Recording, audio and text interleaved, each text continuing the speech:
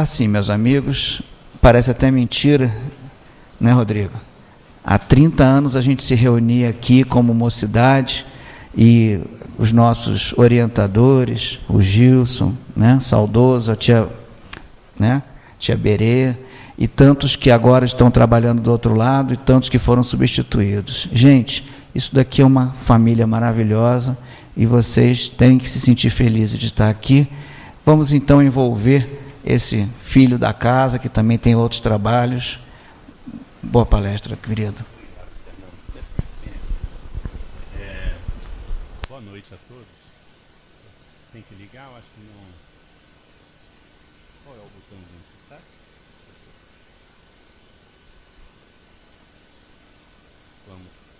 Vamos. Acho que agora foi, né?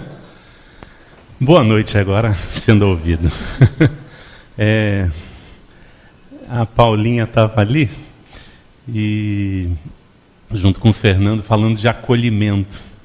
E é muito curioso, porque a gente vem... Olha só. Eu acho que eles definiram, a palavra foi perfeita, que essa casa aqui, o que ela faz melhor, pelo menos essa foi a minha experiência, é acolher. E isso é um excelente sinal de que aqui a gente está conseguindo, né, experienciar aquilo que a gente está estudando. Então, quem está chegando agora, assim, sinta-se muito acolhido. Eu fui muito bem acolhido aqui e desejo que vocês tenham esse mesmo acolhimento. E foi interessante porque cheguei meio perturbado por conta de estar na dúvida se a palestra era às 8 ou 15 para as 8. E aí aquele sentimento de caramba, não é possível, cheguei exatamente em cima da hora, mas tinha que ajeitar ainda, a data show, não sei o quê, cheguei, não tinha pendrive, sentimento de, ai meu Deus do céu.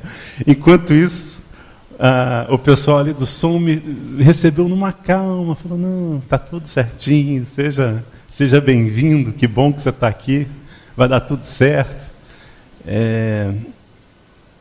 Quando a gente fala, né, o ouvido mais próximo é o nosso.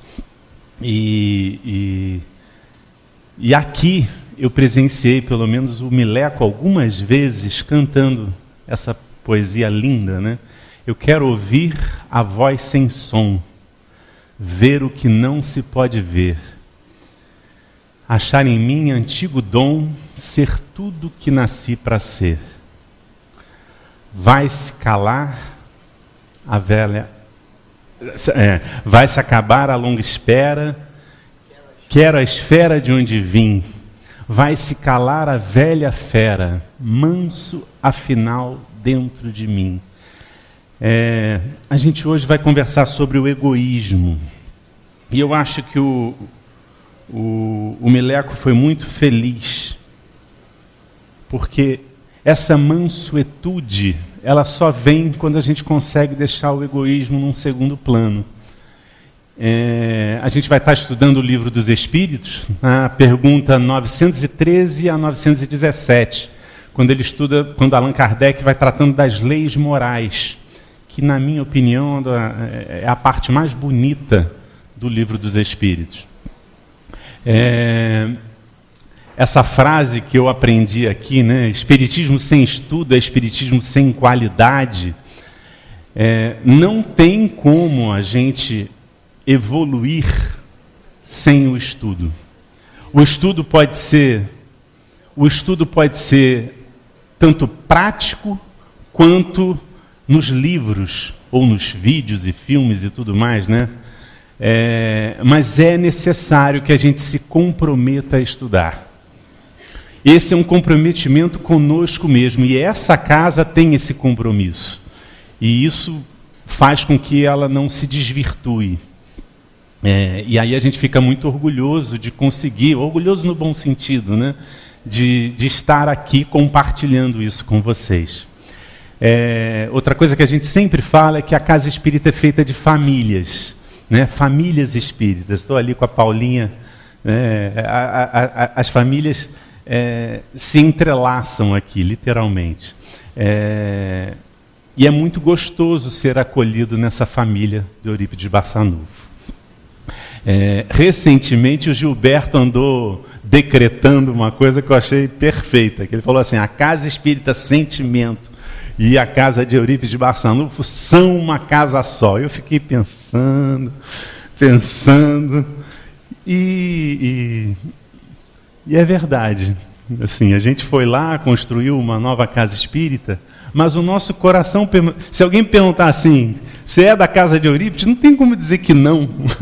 Não porque eu venho aqui fazer palestra, mas é porque a gente está entrelaçado com esses laços de carinho e de amizade que nos dão a sensação de pertencimento, né? E tanto é que aqui o coral, tanto da segunda quanto da quinta, foram lá inaugurar junto com a gente, né? Estavam presentes desde o início, desde antes do início, na verdade.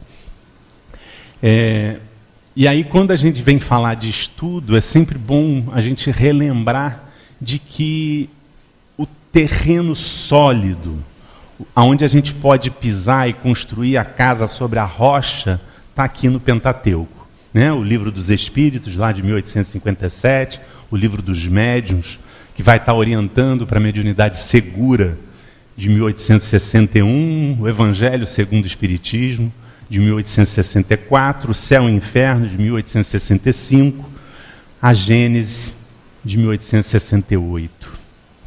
A gente vai estar sempre voltando aqui, porque aqui é o terreno onde a gente pode construir a doutrina espírita com segurança. Claro que a gente tem várias obras subsidiárias que nos vão complementar esse estudo. E a gente hoje vai estar falando da pergunta 913. Entre os vícios, qual o que podemos considerar radical? Eu achei interessante a palavra que ele escolheu, né? O Kardec escolheu a palavra radical. Hoje em dia está na moda, né? Fulano é radical. A juventude quer, o surfista quer ser radical, o protestante quer ser radical, não o protestante religioso, mas aqueles que estão fazendo propostas querem radicalizar. E aí, os espíritos respondem: já o dissemos muitas vezes, o egoísmo, dele deriva todo o mal. Estudai todos os vícios e vereis que, no fundo, de todos existe o egoísmo. Ele vem com outras afirmativas, mas ele bota assim: ele neutraliza todas as outras qualidades. Então, para a gente que não gosta de ficar dando 3 passos para frente, 2 para trás, ou às vezes mais, se o egoísmo ele é capaz de neutralizar as outras virtudes, é importante que a gente fique mais atento quando o egoísmo estiver se revelando em nossa vida.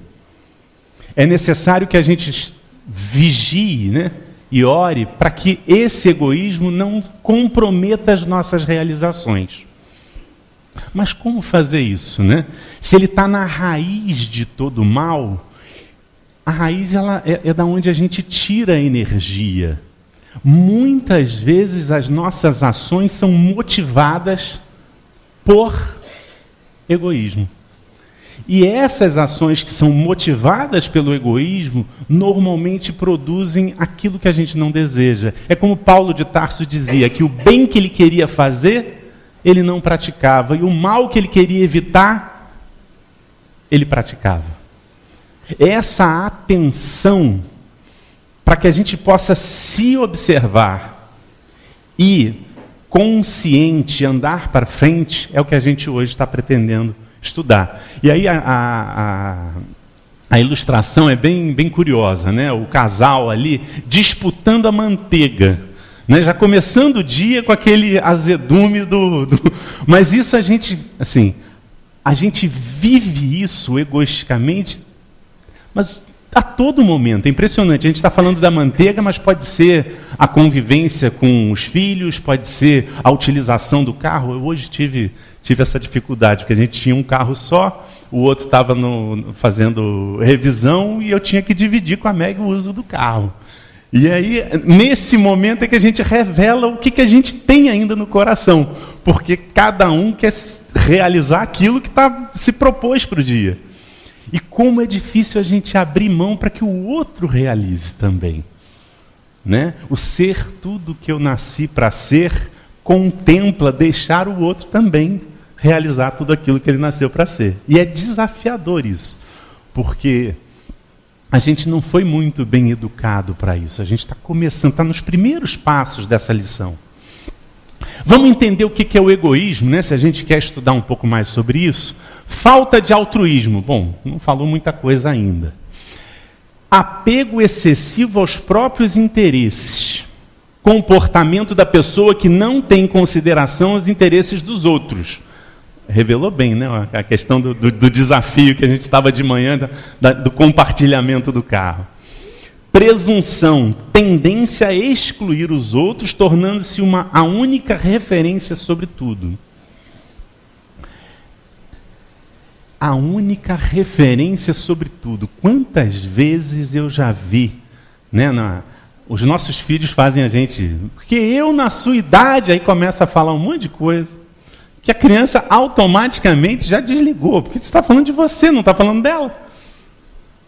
Automaticamente a criança diz, você está falando de você. Aí ele automaticamente, lá vem ela com aquele discurso, já.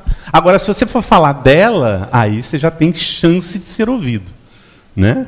Por exemplo, na educação.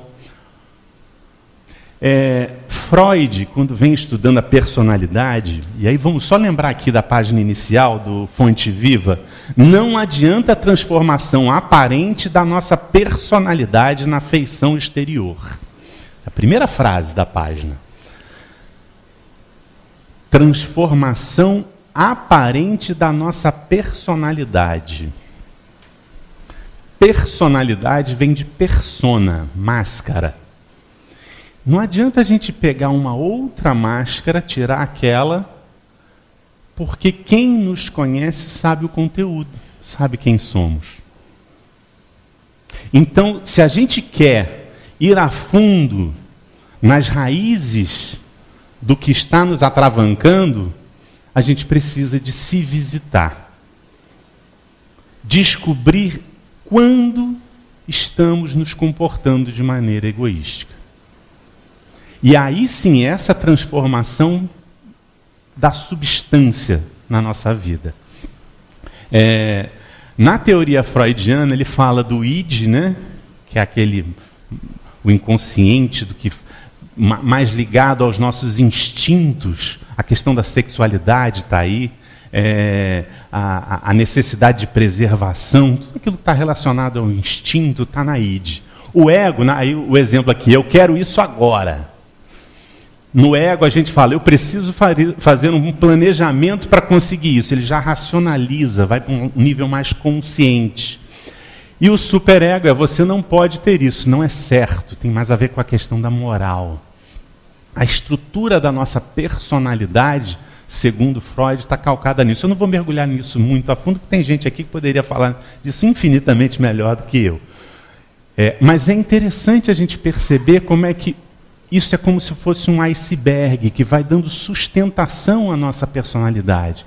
E isso significa que a gente não pode ignorar que temos instintos, sim. E não necessariamente esses instintos vão nos levar para caminhos errados. Exemplo, né, que até no Livro dos Espíritos ele estuda isso muito bem. Ele diz que, por muitas vezes, os animais com seus instintos sabem se comportar melhor do que os homens. A gente, quando vê alguma coisa gostosa, a gente come até não se acabar, por exemplo. O animal come até se saciar. E aí, quer dizer, se a gente se guiasse, se a gente se conseguisse ver como um ser integral, a gente conseguiria despertar melhor a nossa consciência e a nossa personalidade refletiria isso. É muito curioso, porque o Fernando estava aqui falando assim, eu não sou egoísta, não. E aí, uma forma que a gente tem de falar do egoísta é aquele que só olha para o próprio umbigo, né? Não consegue olhar mais do que ele mesmo. E é muito difícil. Se a gente fosse colocar assim, pensa como você se descreve. Ninguém se descreve como egoísta. É muito raro a pessoa se descrever como alguém egoísta. A gente se descreve como alguém risonho, como alguém altruísta, a gente se descreve como, no máximo, como preguiçoso, né? No máximo como alguém que tem grandes desafios na questão moral, mas daí para chamar de egoísta é mais difícil.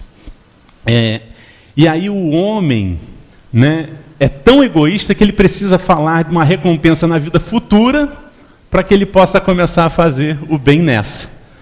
Ou seja, é uma barganha que a gente fica fazendo com a nossa espiritualização.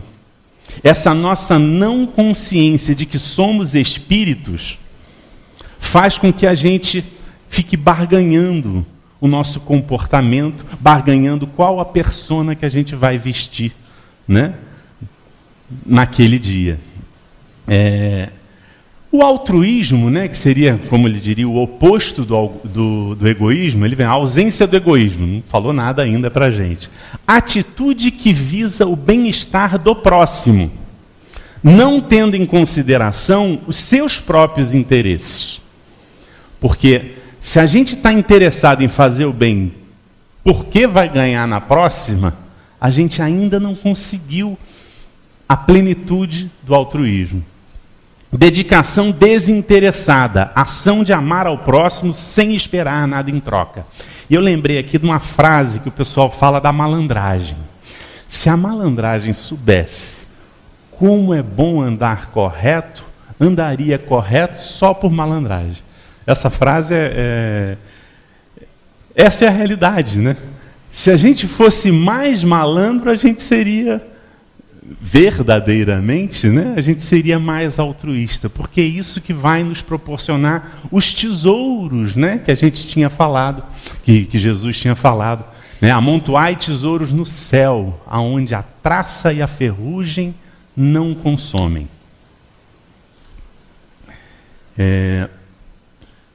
Na 914, lá do Livro dos Espíritos, na pergunta, estando o egoísmo fundado no interesse pessoal, parece difícil extirpá-lo, eliminá-lo inteiramente do coração do homem. Chegaremos a isso? Resposta dos Espíritos. À medida que os homens se esclarecem sobre as coisas espirituais, dão menos valor às materiais. Em seguida, é necessário reformar as instituições humanas, que o entretêm e excitam. Isso depende da educação. Aí tem duas, eu botei ali em vermelho, reformar as instituições humanas. Eu fiquei pensando, o que os espíritos queriam falar sobre isso? Que instituições humanas que ele está falando? Eu fiquei pensando, porque a gente acabou de vir de uma Comerge. Comerge é a confraternização das mocidades espíritas do estado do Rio de Janeiro. Lá na Comerge, a gente estava falando com os jovens sobre preconceito, homofobia e racismo. É muito curioso a visão que um jovem que está vivenciando isso com seus 16, 17, 18 anos tem a respeito. Porque durante a Comerge tinha lá um correio fraterno, que era um lugar para você escrever bilhetinho para o seu colega. E uma menina recebeu um bilhetinho aí, fala macaca, não sei o quê. Ela era negra. Eu fiquei pensando assim, eu falei, olha, o jovem que está ali é um jovem que está na evangelização de alguma casa espírita. Alguma casa espírita está oferecendo esta verdade do espiritismo, da realidade das reencarnações, da pluralidade, né, dos mundos habitados, do que é Deus, de que a gente vive experiências, ou seja, a pessoa hoje pode ser negra, na próxima encarnação pode ser branca, na outra pode ser... E é ainda assim... Num evento religioso espírita, escreve um bilhetinho desse. Então, o que a gente está falando? A gente está falando que o preconceito é uma realidade na nossa existência. a gente é preconceituoso. Aquele escreveu. Lembra que a gente viu de id, ego, superego? Aquele não ouviu o superego e botou para fora o que tinha de conteúdo, acusando a menina de macaca. Eu gostaria, assim, que a gente não visse isso como um escândalo. Não. Não. A casa espírita, ela é um templo religioso, ela é uma escola onde a gente consegue estruturar o nosso raciocínio, as nossas ideias sobre o preconceito, inclusive. E ela é um hospital, porque, obviamente, uma pedrada dessa dói. A menina chorou a tarde inteira. Estava lá o atendimento médico espiritual para atendê-la. É importante que a gente se conscientize e traga os nossos jovens para a evangelização. Porque aquele jovem que canetou aquela sentença, né? Ele precisa estar aqui, na casa espírita. Os doentes é que precisam de remédio, não são os sãos. Esses jovens precisam estar aqui ouvindo. E aí vamos lembrar, né, a pedagogia da presença, que Gilberto Freire falava. Quem está presente é que influencia. Se essa criança revelou esse sentimento, esse preconceito, é porque certamente ela vive num conjunto, numa sociedade preconceituosa. Ela só é reflexo. É mais uma que está ali, retroalimentando o preconceito. E a gente precisa de trazer os nossos jovens para a casa espírita para escutar o evangelho, que é a boa nova. O significado da palavra evangelho é boa notícia.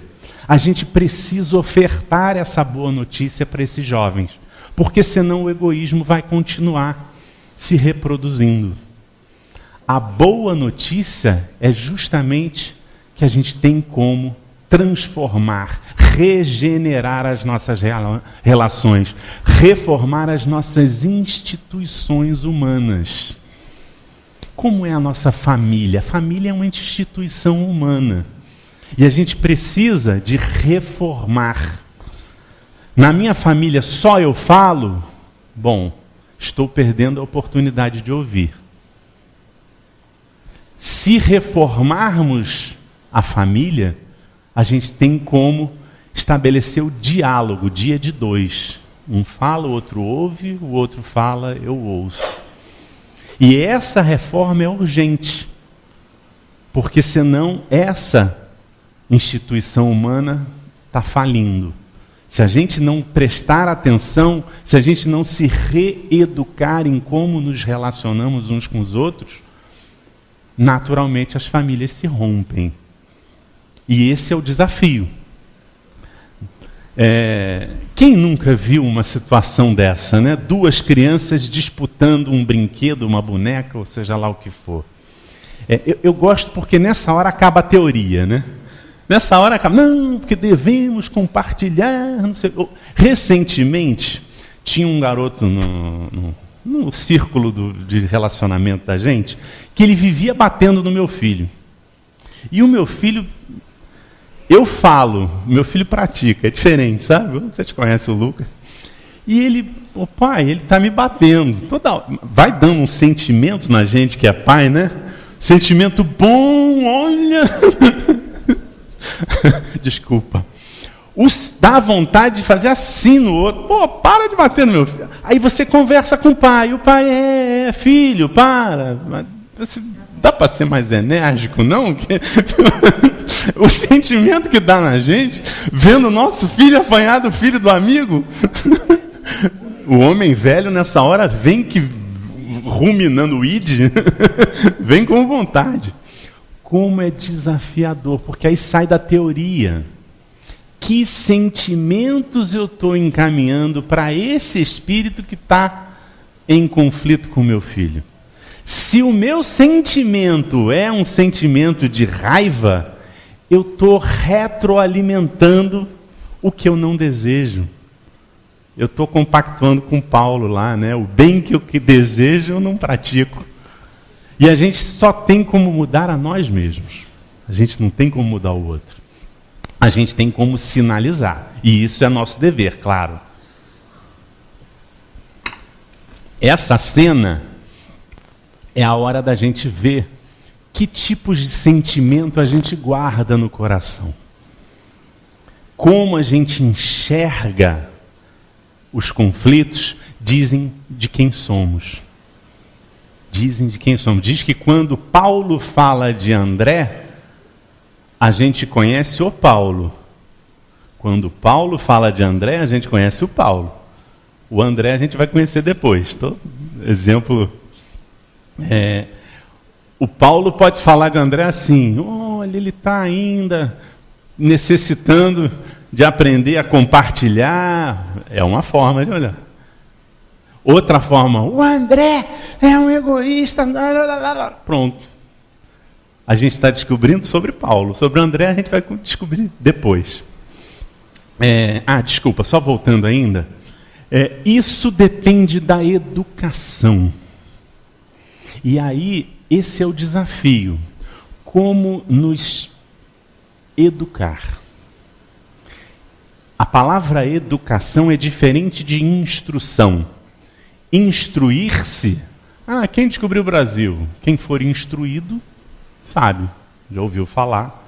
Que foi Pedro Álvares Cabral. Quem foi um pouco mais instruído vai saber outras informações que outras pessoas andaram passeando por aqui antes do Cabral. Isso é instrução. Isso tem a ver com conhecimento. Educação vai um pouco mais além. A pessoa educada, ela sabe se comportar. Ela sabe em que série que os talheres vai de fora para dentro, que a gente não pode arrotar depois de almoçar, não pode soltar pum na mesa, aquelas coisas todas, a pessoa educada sabe, né? Ok. Agora, a pessoa evangelizada é um outro. A pessoa evangelizada, ela está alinhada com aquele ensinamento de Jesus que ele falava assim: meus discípulos serão conhecidos por muito se amarem. Evangelho, boa notícia, por muito se amarem. Faz toda a diferença. Bom, o Nelson Mandela ele dizia que a educação é a arma mais poderosa que podemos usar para mudar o mundo. Interessante, né? Essa mensagem ela vai sendo espalhada, como diria lá no prefácio do Evangelho segundo o Espiritismo, pelos 4 cantos da Terra, como se a Terra tivesse 4 cantos só, né? A gente tem um brasileiro que está se destacando no campo da educação. Tem uma espécie de um Oscar da educação. E alguém ouviu falar do Diego Malfus Faria Lima? Ouviram? O Bill Gates fez deu uma grana boa para buscar as boas práticas no campo da educação ao redor do mundo. E esse brasileiro está disputando, está entre os 10 melhores educadores do mundo, segundo essa competição. E aí é muito curioso, porque ele é um professor de uma escola pública de São Paulo. E essa escola estava com um sério problema com relação ao tráfico de drogas, que estava ali. O pessoal do tráfico de drogas fez furos no muro e passava a droga, a violência estava generalizada, o absenteísmo dos alunos não iam à aula, matavam a aula direto. E ele pegou esse abacaxi para descascar, como diria os educadores, né? E a primeira coisa que ele fez foi chamar as famílias para a escola. Porque quando uma escola tem um desafio desse tamanho, o trabalho, né, o compromisso não pode ser só dos professores. O compromisso tem que ser da comunidade. A palavra comunidade vem de comum, ou seja, esse não é um problema do professor, esse é um problema comum. Comum, porque é na escola que a gente está formando, né? Está dando a educação formal dos nossos filhos. E como está a educação no Brasil? É interessante porque as pesquisas, quando a gente pergunta para os pais, via de regra o pai diz que a educação está boa. A pesquisa diz isso. Mas quando a gente vai para os exames de PISA, e não sei, a educação do Brasil só tem caído. Ou seja, o diagnóstico que se faz é: a gente está satisfeito com a educação que a escola está dando, as pesquisas estão dizendo isso, mas a educação no Brasil está caindo de qualidade se comparado aos outros países. O legal é que essa pessoa viu o problema e interviu, chamando a coletividade para transformar a realidade. Esse é o desafio. Como a gente se compromete com essa transformação? Esse é o nosso desafio. Como se comprometer com uma educação? Porque ele está dizendo, os espíritos dizem que só a educação para poder transformar, para a gente poder erradicar o egoísmo. E aí, quando a gente vai para o Freud de novo, ele fala assim: as crianças amam em primeiro lugar a si próprios. Existe uma fase da nossa vida que a gente primeiro aprende a amar a si próprio. E apenas mais tarde é que aprendem a amar os outros e a sacrificar algo de seu ego aos outros. Somente mais tarde o impulso de amar se torna independente do egoísmo. É literalmente verdadeiro que seu egoísmo ensinou a amar.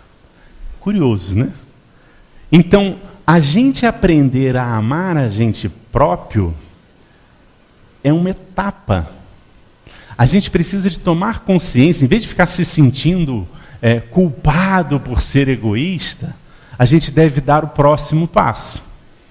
Esse é o desafio. Não parar. A evolução ela deve ser, né, como diria Eurípides, né, poderoso é o sol da verdade. Uma vez que a gente escutou essa mensagem, como seguir adiante? E aí, vamos lá para a Escola da Ponte, lá de Portugal. E essa foi, né, se fizeram o prêmio de Oscar, né, dos melhores professores, quando fizeram isso das escolas, a Escola da Ponte ficou entre as melhores escolas do mundo.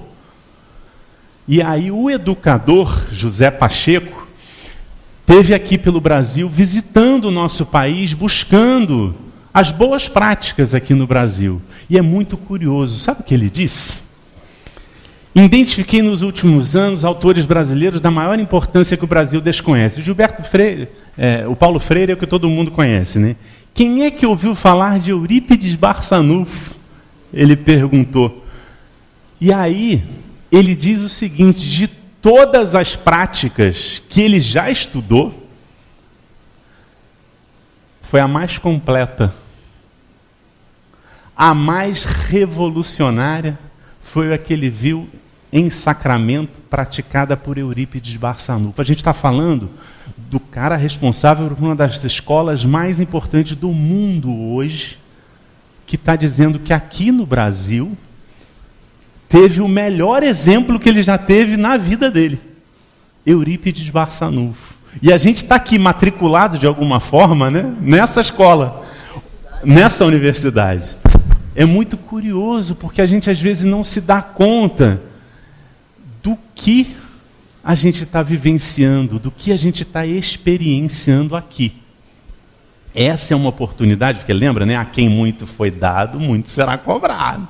Não vai vir de graça, não. A gente precisa urgentemente se transformar. Na pergunta 915... sendo o egoísmo inerente à espécie humana, não será um obstáculo permanente ao reino do bem absoluto sobre a Terra? Ou seja, o egoísmo não é um obstáculo que vai ficar permanente aqui? Resposta dos Espíritos: é certo que o egoísmo é o vosso mal maior, mas ele se liga à inferioridade dos espíritos encarnados na Terra, e não à humanidade em si. Ora, os espíritos se purificam nas encarnações sucessivas, perdendo o egoísmo assim como perdem as outras impurezas. Não tendes na terra algum homem destituído de egoísmo e praticante da caridade? Existem em maior número do que julgais, mas conheceis poucos, porque a virtude não se procura fazer notar. E se há um, por que não haverá 10? E se há 10, por que não haverá 1000? E assim por diante. E aí quem tem olhos de ver, que veja. Vai do que a gente está buscando. Bons exemplos existem aos montes. Foi muito curioso porque eu perguntei para o meu filho, que esteve lá na Comerge junto com a gente, de 8 aninhos, e aí, filho, você gostou mais do Comejaca ou do Comerge? Comejaca é Confraternização das Mocidades Espíritas de Jacarepaguá. E a Comerge é do estado do Rio de Janeiro. Ele falou assim, eu gostei mais do Comejaca. E eu fiquei surpreso, porque a Comerge foram 4 dias do carnaval. Então, tem aquela coisa de dormir, que para criança é um barato. Dormir na escola tem um impacto. E ele preferiu a Comejaca, que foi um dia só. Não, foram 2 dias, mas não dormia. E ele falou o seguinte, o Comejaca foi ali no Frei Luiz. O Frei Luiz tem um asilo, né, que cuida lá das velhinhas e tudo mais. Na Comejaca, teve um momento em que as crianças foram visitar o asilo. Foram visitar. Trocar a experiência, né, de se relacionar, aquele amor que eles estavam estudando, eles puderam colocar em prática. E aquilo marcou o meu filho. Aquilo marcou muito. É muito importante que na casa espírita a gente estude, mas a gente pratique. Porque aí a lição fica consolidada. Passa, né, a fazer parte da nossa vida. Não dizem que o hábito faz o monge, né? Que a virtude, antes de ser virtude, era disciplina? Então é isso. Ele, da forma simples, mostrou que a gente precisa de estudar, mas praticar. E aqui a casa de Eurípides de Barçanufo tem esses 2 campos sempre. A gente tem aqui a distribuição de quentinha, tem a Vila Sapê, tem a distribuição no sábado de manhã, tem um monte de trabalho. Porque a casa espírita é templo, é escola, é hospital, mas é uma oficina de trabalho. Se assim não for, não está fechando o ciclo. E o Gilberto diz que a virtude dele é mandar trabalho para os outros, né? Missão que te deram, né? O trabalho dele é dar trabalho para os outros. Eu falei isso para a Meg, mas não colou? E aí, naquela questão de ter olhos de ver, eu quis sugerir filmes edificantes. Porque, como diria lá o Paulo Freire, com a pedagogia da presença, a gente tem que ver o que a gente está fazendo das nossas horas, do nosso lazer, do que a gente está se alimentando. Recentemente, foi anteontem, família estava querendo ir para o cinema. Vamos no cinema. Eu falei, o que está passando? Pantera Negra. Aí eu pensei, Pantera Negra, porque teve o partido das Pantera Negra lá nos Estados Unidos, que era coisa racial, de reivindicação. Eu falei, poxa, isso deve ser interessante. Fui eu assistir Pantera Negra, imaginando que fosse alguma coisa relacionada. Quando eu cheguei lá, super-herói da Marvel, pancadaria, 2 horas e pouca de pancadaria. Aí, assim, eu falei, poxa vida, que perda de tempo. Por quê? Porque eu não quero mais alimentar meu espírito de pancadaria. Chega, para mim chega. Para mim, eu tô legal já, chega. Já vi tanto guerra de não sei, da Guerra nas Estrelas, guerra não sei aonde, o último matador, o último assassino. Tem tanto isso que eles empurram. E é interessante que os trailers são tudo na mesma vibe, né, como diria. Às vezes é a luta do bem contra o mal. Olha que bonito, né? E a luta do bem contra o mal, que é pancadaria. Aí eu já estou de saco cheio, particularmente falando. Como quebrar esse ciclo? Dando audiência a filmes que tenham uma proposta diferente. Que tenha uma retroalimentação desse novo ser que a gente busca. E aí Madre Teresa é um excelente católico, né? A história, mas de uma pessoa de bem. Alguém, assim, é emocionante. A Versátil Filmes fez um documentário com a narração do Lima Duarte sobre a história de Eurípides Barçanufo. Eu diria assim, vê de dia, porque você vê de noite e dorme. E olha que eu gosto de Eurípides, mas a narrativa é meio cansativa. Mas para quem deseja conhecer o que foi essa proposta, uma introdução interessante. As Mães de Chico Xavier. Excelente. Excelente. Esse tem a linguagem do cinema. Esse toca. Porque às vezes a pessoa vem, só porque é espírita, pensa que não precisa de fazer com qualidade. Esse é feito com qualidade. As Mães de Chico Xavier, o ator é excelente. O Médico dos Pobres, o Bezerra de Menezes. O Nelson Xavier, ele perseguiu o espiritismo e se converteu ao espiritismo antes de desencarnar. Eu não sabia disso.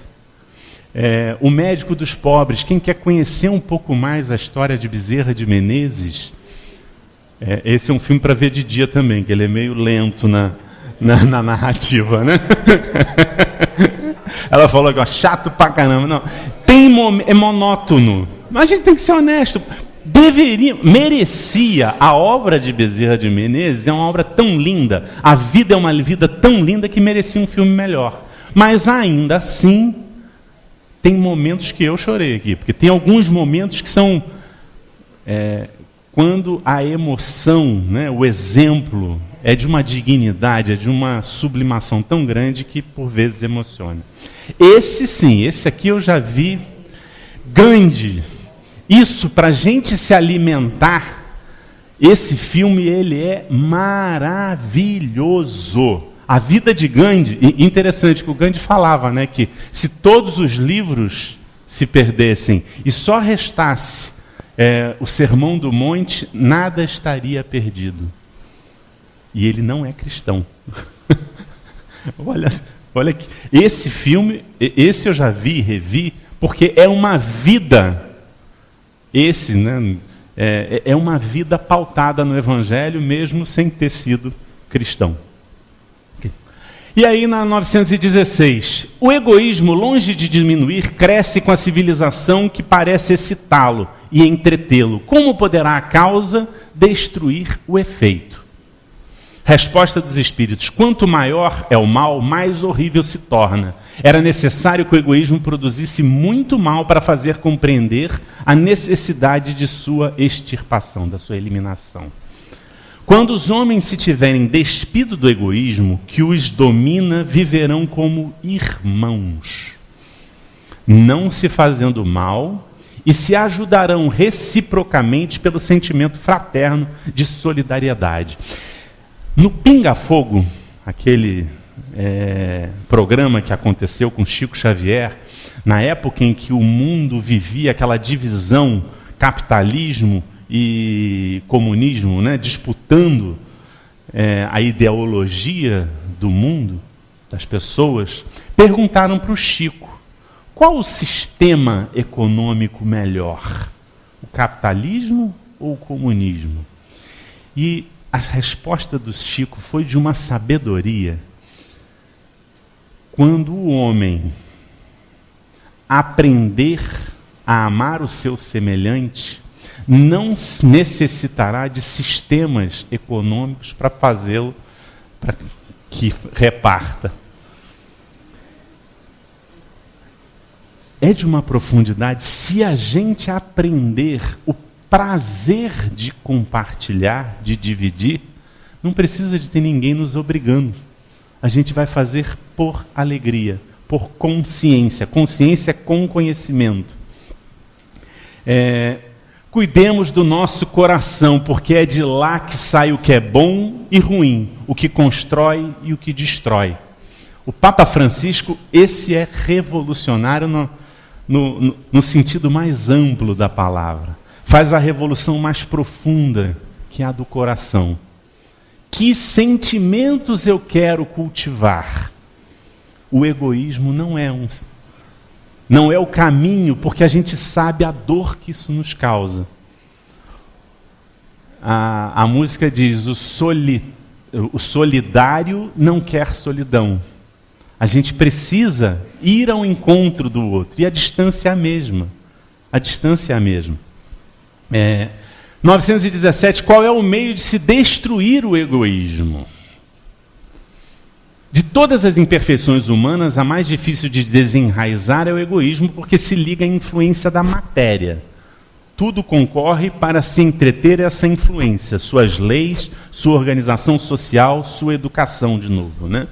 O egoísmo se enfraquecerá com a predominância da vida moral sobre a vida material e, sobretudo, com a compreensão que o Espiritismo vos dá quanto ao vosso estado futuro e não desfigurado pelas ficções alegóricas. O que ele está querendo dizer com isso?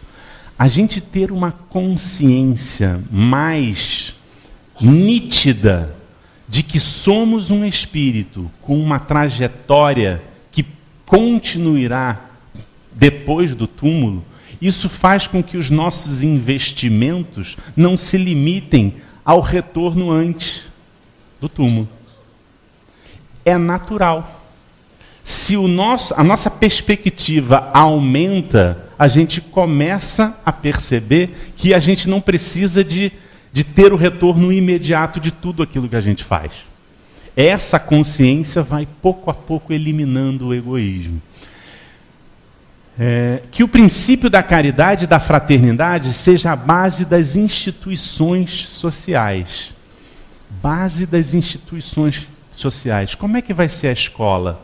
Com fraternidade e caridade. Como é que vai ser a família? Com fraternidade, com caridade. Como é que vai ser a universidade? Com fraternidade, com caridade. Como é que serão as leis? Da mesma forma. Das relações legais do povo para povo e de homem para homem. E este pensará menos em si mesmo quando vir que os outros o fazem. Sofrerá assim a influência moralizadora do exemplo e do contato. Eu gosto desse influência moralizadora do exemplo e do contato. Por que eu gosto de estar na casa espírita? Porque aqui a gente vê bons exemplos.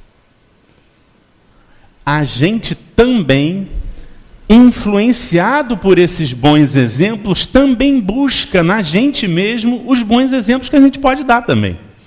E, no que a gente traz a família para a casa espírita, não sou só eu falando para os meus filhos, não sou só eu tentando experienciar esse mundo de regeneração. É um coletivo. A Comerge é muito cativante por causa disso, porque a pessoa que foi lá e escreveu macaco, ela não foi odiada. Isso faz tanta diferença, gente. A abordagem que se dá àquele que erra é um equivocado, que necessita buscar a verdade. Poderoso é o sol da verdade. A gente passa assim a entender como espírito. E isso é transformador. Chico Xavier, aquela Paulinha estava lá no Deus nos concede a cada dia uma página da vida nova no livro do tempo. Aquilo que colocamos nela corre por nossa conta. O que colocamos nela? O que a gente coloca? Do que a gente vem se alimentando? E aí eu volto para cá. Eu não sei se vocês tiveram essa oportunidade de assistir. Fantástico! O Touro Ferdinando. Eu fui naquela de, bom, meu filho está querendo ver um filminho, vamos lá ver. Um touro cheirando uma flor, eu falei, lá vem aquele pessoal de Hollywood tentando, com aquela coisa de ideologia de gênero, querendo naturalizar um monte de coisa. Aí vamos lá, vamos assistir. O Touro Ferdinando é uma aula sobre Gandhi. Uma aula sobre não violência. Fantástico. O Touro Ferdinando, o pai dele era o tourão poderoso. E assassinado na arena, como todo touro. Malandro, né? Poderoso, né? O que vai? Ganha o direito de ser assassinado na arena. Ele, pacífico toda a vida, não queria de jeito nenhum se meter em encrenca, em briga, e consegue fugir num determinado momento e fica super amado por essa menininha aqui e vive numa relação maravilhosa de fraternidade, de carinho, dar e receber carinho o tempo todo. Por que é bom a gente falar disso? O que isso tem a ver com doutrina espírita? Tudo! A gente está falando de educar sentimentos, de que tipo de relação com a sociedade, com os animais, com os nossos irmãos a gente está querendo ter. E o Touro Ferdinando tem a relação correta, a forma correta. E aí eu não vou contar o final não, mas se vocês puderem, vale a pena. Recentemente, esse foi um filme que a gente viu em família também. Extraordinário. Esse filme teve tanta lição para mim, a gente ficou debatendo isso em família por tanto tempo, porque são tantas verdades que esse filme coloca para a gente, porque está ali o desafio, né, de como cuidar daqueles que amamos sem descuidar dos outros. É muito desafiador e muito original esse filme. A Corrente do Bem também tem esse mesmo viés, né, de que quando a gente faz o bem sem o interesse, tudo se transforma para melhor. A Estrela de Belém é o nascimento de Jesus visto pela ótica dos animaizinhos que estavam ali no estábulo. Fantástico também. Muito interessante. E aí vamos para os filmes espíritas, que o nosso tempo está... Causa e efeito. A gente falou de alguns filmes espíritas que não tinham um enredo legal, que não eram muito bem filmados. Esse aqui é bem filmado, tem um enredo interessante que te prende. E quando você vai ver, sabe aquela coisa de juntar o lé com o cré, que no final dá uma outra coisa, você fala, eita, não é que... E mostra o espírita trabalhando junto com o judeu, trabalhando junto com o protestante, sem querer ser melhor que um ou que outro, né? Esse aqui pratica aquele do meus discípulos serão conhecidos por muitos se amarem. Excelente filme, Causa e Efeito. Nosso Lar é o clássico, né? Mas quem ainda não viu, vale. E quem já viu há muito tempo, vale para assistir de novo. Chico Xavier, né? Tem as mães de Chico Xavier e tem o próprio Chico Xavier. E a vida continua. Tem a peça de teatro que ficou em cartaz décadas, né, do Renato Pietro, e tem também o filme E a Vida Continua. O Pinga Fogo está disponível. Para quem entrar no YouTube ou até em algumas livrarias, a gente consegue também. O Pinga Fogo, eu vou te dizer, ele é um manancial de informações, porque o Chico, ele era generoso com os exemplos, né? Com a forma de enxergar o mundo. O Filme dos Espíritos, baseado no livro dos Espíritos. Isso é muito interessante para quem tem preguiça de ler e quer primeiro ter uma visão antes de estudar a fundo. Vai lá. Antes, eu estou conhecendo agora. Isso é como se fosse uma isca que faz a gente, ter uma visão um pouco mais é superficial, mas é mais abrangente. Depois a gente mergulha um pouco mais fundo. A grande síntese do Pietro Baldi foi uma coisa que eu conheci recentemente, eu não conhecia. O Pietro Baldi ele escreveu vários livros, né? E é bem curioso, uma obra bem curiosa. Basta dizer que ele, junto com o Chico, em um determinado momento, o Chico psicografou Francisco de Assis, né, na presença dele, bem curioso. Mas não tem só isso, existem outros canais, né? Hoje em dia a gente está plural na questão do acesso à informação. O canal Amigos da Luz tem essa linguagem mais irreverente, mais moderna, por assim dizer. O canal Amigos da Luz trata às vezes de questões profundas de uma forma humorística. Algumas produções, essa série Sozinho, é muito curiosa. Tem o Sozinho 1, 2, 3, 4, 5 e 6. Eu acho que parou no 6. Mas mostra a realidade de como é essa interação do plano espiritual com o nosso plano. E esse tipo de informação vai nos clarificando.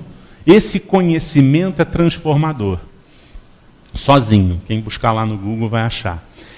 Existem algumas TVs que a gente consegue acessar hoje em dia para buscar essa informação que vai nos ajudar a ir extirpando o egoísmo da nossa vida. Um deles é a TV Alvorada Espírita. Fica 24 horas. A FEB TV também. A TV SEI. TV no Mundo Maior. Tudo isso aí está disponível para a gente na internet. E aí abordam assuntos relacionados ao Espiritismo. A Rádio Rio de Janeiro, que a gente não pode deixar, aqui os irmãos Bordalo sempre tiveram uma cadeira cativa lá fazendo o seu... A Casa Espírita Eurípides de Barçanufo tem um programa na rádio, não tem? Sexta-feira, 10 horas da noite. E reprodução no domingo, 1h da manhã.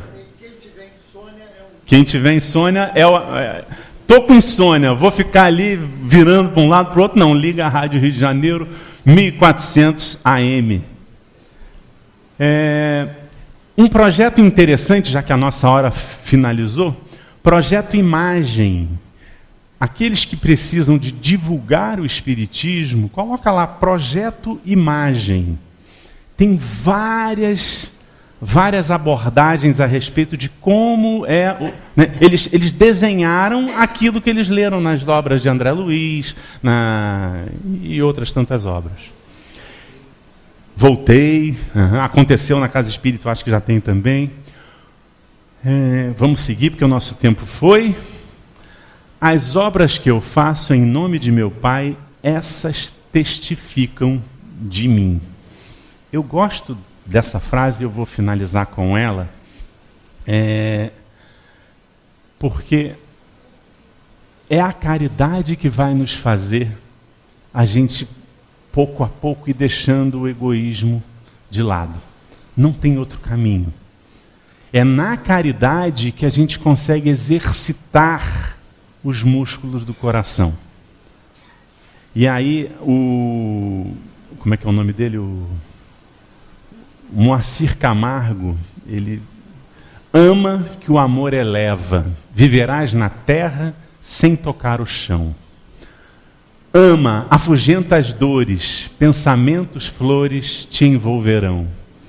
Ama que a natureza e toda a beleza é fruto do amor. Ama que o amor perdoa, e o perdão te doa muito mais amor.